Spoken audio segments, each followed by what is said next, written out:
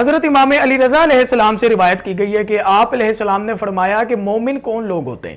آپ نے فرمایا کہ مومن وہ ہے کہ جس کے اندر 3 خصوصیات پائی جاتی ہوں، ایک سنت و روش خدا کی جانب سے، ایک رسول کی جانب سے، اور ایک روش امام کی جانب سے۔ خدا کی روش یہ ہے کہ دوسروں کے رازوں کو پوشیدہ رکھنا۔ اللہ تعالیٰ فرماتا ہے کہ وہ غیب کو جاننے والا ہے اور اپنے غیب پر کسی کو اطلاع نہیں کرتا، کسی کو معلوم نہیں ہوتا۔ فرماتا ہے مگر اپنے رسولوں میں سے جس رسول کو وہ چن لیتا ہے، مرتضی بنا لے، چن لے۔ اور رسولوں کی سنت و روش یہ ہے کہ لوگوں کے ساتھ نرمی سے پیش آنا، عفو درگزر کرنا، جاہلوں اور نادانوں سے درگزر کرو۔ اور روش امام یہ ہے کہ مصیبت اور سختی کے وقت صبر کرنا۔ اللہ تعالیٰ فرماتا ہے کہ جو لوگ مصیبت اور سختی کے اوقات میں صبر کرتے ہیں، صبر سے کام لیتے ہیں، اور وہ ہی لوگ سچے اور کامیابی کو حاصل کرنے والے ہیں۔ امام علی رضا علیہ السلام نے فرمایا کہ مومن وہ لوگ ہیں کہ جو کسی کے راز کو شائع نہیں کرتے۔ جس طرح اللہ اپنے مخلوق کے ہر بندے کے راز کو چھپاتا ہے، اسی طرح انسان کو بھی چاہیے کہ وہ اپنے ساتھیوں کے، اگر اسے کسی کے راز معلوم ہے، کوئی ایسی بات اسے معلوم ہے کہ جو لوگوں کو بتانے والی نہیں ہے، وہ نہ بتائے۔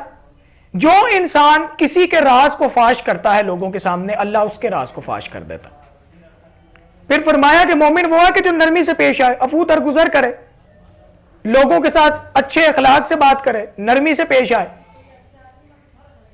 اور اسی طرح اللہ تعالیٰ نے فرمایا کہ جو انسان صبر سے کام لیتا ہے مصیبت میں، رنج و غم میں، وہ انسان ہی کامیاب ہونے والا ہے، وہی کامیابی کی منزلوں کو حاصل کرنے والے ہیں۔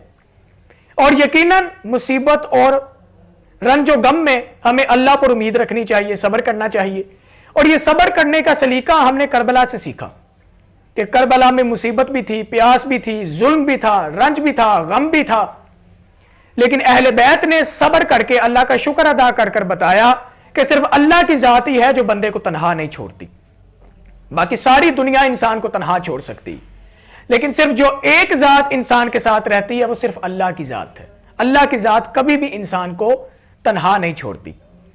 اور جب انسان مصیبت، رنج و غم میں اللہ پر امید رکھتا ہے، اللہ پر توکل رکھتا ہے، اللہ کی ذات کی طرف رجوع کرتا ہے، دنیا کو چھوڑ کر صرف اللہ پر امید رکھتا ہے، تو اللہ بھی اسے ایسی کامیابی دیتا ہے کہ جو دنیا والے یاد رکھتے ہیں اور جو دنیا اور آخرت میں کامیابی کا ذریعہ بنتی۔ دعا ہے اللہ تعالی ہمیں سیرت اہل بیت پر چلنے کی توفیق عطا فرمائے، اور اللہ تعالی ہمیں مصیبت، رنج اور غم میں صرف اللہ کی ذات پر امید رکھنے کی توفیق عطا فرمائے۔ اللہم صلی علی محمد۔